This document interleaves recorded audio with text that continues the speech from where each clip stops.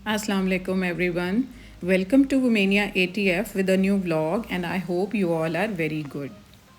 आज का व्लॉग बड़े ही बोझल दिल के साथ सुबह 8 बजे स्टार्ट कर रही हूँ। भाई भाभी के साथ आज जिस जगह का मैं आपको विज़िट करा रही हूँ ना, वो शहर बचपन से लेकर आज तक हम सब कज़न्स बहन भाइयों का फेवरेट रहा।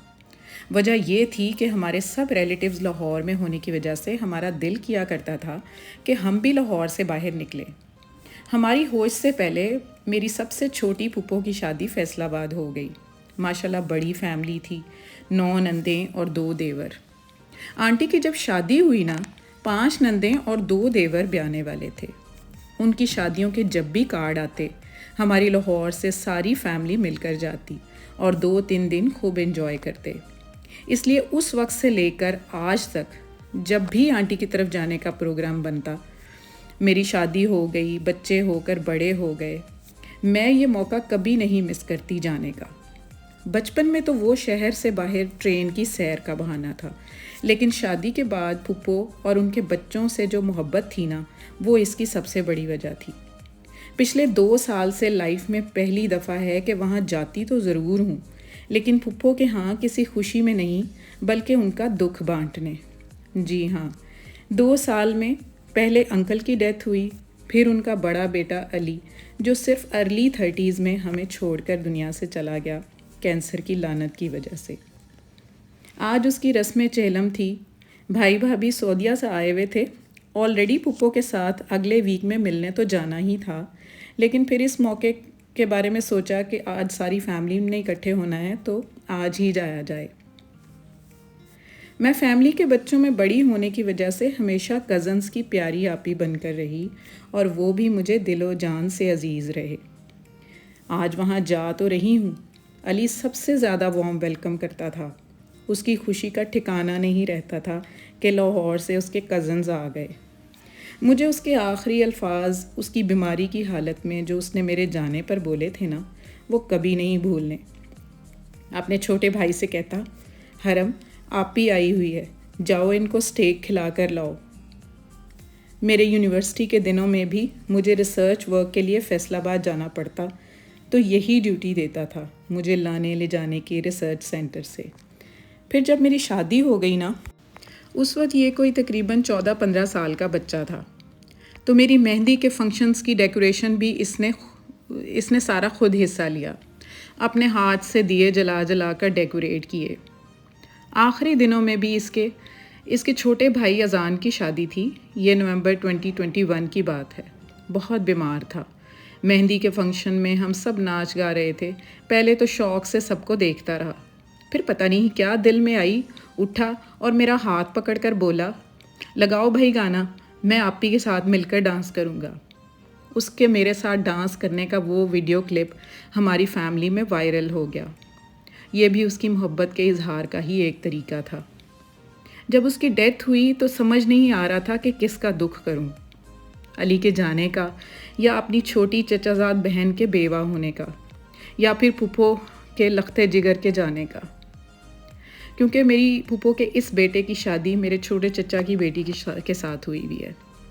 भाई भी उन दिनों सऊदीया में था जो आज उनसे मिलने जा रहा है। तो भाभी मुझे रास्ते में बता रही थी कि जब फ़ोन आया कि अली की डेथ हो जाती है तो भाई इतना अफसुर्दा हुआ और कह रहा था कि समझ नहीं आ रही कि भाई के जाने का दुख करूं या बहन के बेवा होने का या फिर फुप्पो के जवान साल बेटे के जाने का। ये सारे दुख एक साथ इकट्ठे हो गए थे। चचा की बेटी जो 20s में है अभी, हमारे लिए तो वो छोटी सी बच्ची ही है ना। मेरे 3 चचा हैं, सबकी इकलौती बेटियां हैं, तो इस खूनी रिश्ते के नाते वो मेरी सगी बहन से कम नहीं। हम सब इकलौती बेटियां ज़रूर हैं, लेकिन प्यार में हम में सगी बहनों में भी से भी ज़्यादा है एक दूसरे से। उसका दुख मुझे बहुत ही तकलीफ़ दे रहा है, लेकिन अल्लाह के हुक्म के आगे इंसान बेबस है। जो अच्छे लोग होते हैं ना, शायद अल्लाह को हमसे भी ज़्यादा उनकी ज़रूरत होती है, इसलिए वो उनको जल्दी अपने पास बुला लेता है। अल्लाह उनके दुख के बोझ को हल्का करे, उनको सब्र दे और जाने वालों को जन्नत में बेहतरीन दर्जा अता करे। तो हम पहुंच जाते हैं पुप्पो के घर।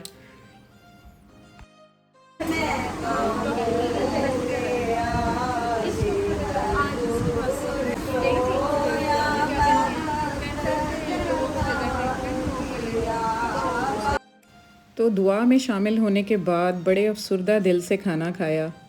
फूफो जिनका गम किसी तरह कम होने का नाम ही नहीं ले रहा था, उनको खाना खिलाया। दुनिया का निज़ाम तो ऐसे ही चलता रहता है, किसी के जाने से ज़िंदगी का कोई काम रुक नहीं जाता। दुख के साथ भी खाना पड़ता है, जैसे भी हो ज़िंदगी तो गुजारनी पड़ती है। तो जाते जाते बड़ी फूफो से, फिर छोटी फूफो से, और लास्ट में अपनी उन फूफो से जिनके दुख को मैं किसी तरह से भी चाहूँ भी तो मैं कम नहीं कर पाती। उनको देखती हूँ तो दिल में एक अजीब सी हूक उठती है कि मैं कैसे उनके इस गम को कम कर दूँ। ये मेरे बस की बात नहीं। तो मैंने उनसे विदा ली, भाई ने भी उनसे इजाज़त ली और हम लोग वापसी के लिए तैयार हो गए। जाने से पहले भाई चूँकि काफ़ी सालों के बाद यहाँ आया है, सारी फैमिली से मिला है, तो ये आंटी की नंदे हैं। जब छोटे हुआ करते थे तो ये भी हमारे साथ खेला करती थी। हमारा बहुत ही अच्छा यादगार टाइम गुजरता था। तो वो भाई को देखकर बहुत खुश हुई और सब ने मिलकर भाभी से भी बहुत अच्छी गपशप की और एंड पे उन्होंने बहुत ही यादगार उस टाइम को किया और बहुत ज़्यादा उन्होंने इस लम्हे को एंजॉय किया कि भाई आया हुआ है आज। तो ये था हमारा एक ख़ूबसूरत फैमिली टाइम, जो कि बहाना बना मुलाकात का। इस तरह के बहाने अल्लाह ताला ना बनाए, लेकिन चूँकि ज़िंदगी का हिस्सा है, खुशी भी होती है, गम भी होता है और आपको इन सारी चीज़ों को लेकर अपने साथ चलना पड़ता है। यही ज़िंदगी है। वही प्यारे रिश्ते, आप उनके साथ थोड़ा सा टाइम गुजार कर अगर उनके दिल के बोझ को कम कर सकते हैं तो आप ज़रूर शिरकत करें उनके गम में, क्योंकि अगर हम उनकी खुशी में उनके साथ खड़े हो सकते हैं तो उनके गम में सबसे पहले साथ होना चाहिए। यही ज़िंदगी है। और बहुत ही बोझल दिल के साथ फिर हमने वहाँ से वापसी की राह ली और हम वापस निकले। सारे रास्ते भी अली की बातें होती रहीं। फिर भाई ने पहले मुझे ड्रॉप किया रास्ते में, फिर उसने अपने घर की राह ली। वो भी आजकल यहाँ पर 1-1.5 माह की छुट्टी के लिए आया हुआ है और उसने सबको फैमिली में बारी बारी मिलना है और हमारा मिलने का यही बहाना होता है कि जहाँ भी वो जाएगा मैं उसके साथ चली जाऊँगी। इस तरह उसके साथ भी टाइम स्पेंड हो जाएगा और बाकी फैमिली से भी मुलाकात हो जाएगी, क्योंकि स्पेशली अपनी इतनी बिज़ी लाइफ से टाइम निकालना सबके लिए बहुत ही मुश्किल हो रहा होता है। तो उसके आने का बहाना मैंने भी खूब अच्छे से लिया और मैं भी फैमिली के साथ थोड़ा सा टाइम स्पेंड करने के लिए तैयार हो गई। तो इस तरह से फिर हम वापस पहुँचे। तो आई होप कि आपको मेरा आज का कंटेंट पसंद आया होगा। आप मेरे चैनल को सब्सक्राइब करें जो नए हैं। Take good care of yourself, stay fit, stay healthy and Allah हाफिज़।